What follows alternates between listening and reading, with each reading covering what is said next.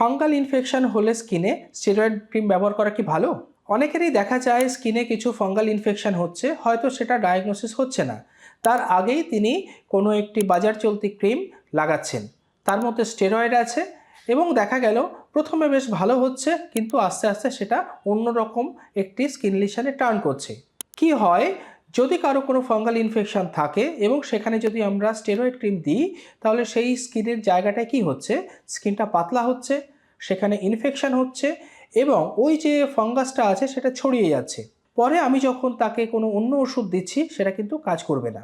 সুতরাং মনে রাখতে হবে, যখন কোনো স্কিনে লিশন হচ্ছে, বাজার চলতি যে ক্রিমগুলো আছে যার মধ্যে কোনো স্টেরয়েড, যার মধ্যে কোনো অ্যান্টিফাঙ্গাল, সব রকম মেডিকেশন রয়েছে, সেটা ব্যবহার করা চলবে না।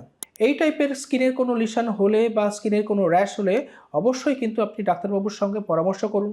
সেটা অ্যালার্জির জন্য হতে পারে, সেটা স্কিনে ইনফেকশনের জন্য হতে পারে, কিংবা অন্য কোনো কারণের জন্য হতে পারে। সুতরাং স্টেরয়েড মিক্সড অ্যান্টিফাঙ্গাল যে ক্রিমগুলো আছে সেটা নিজে কিন্তু আপনি কখনোই ব্যবহার করবেন না।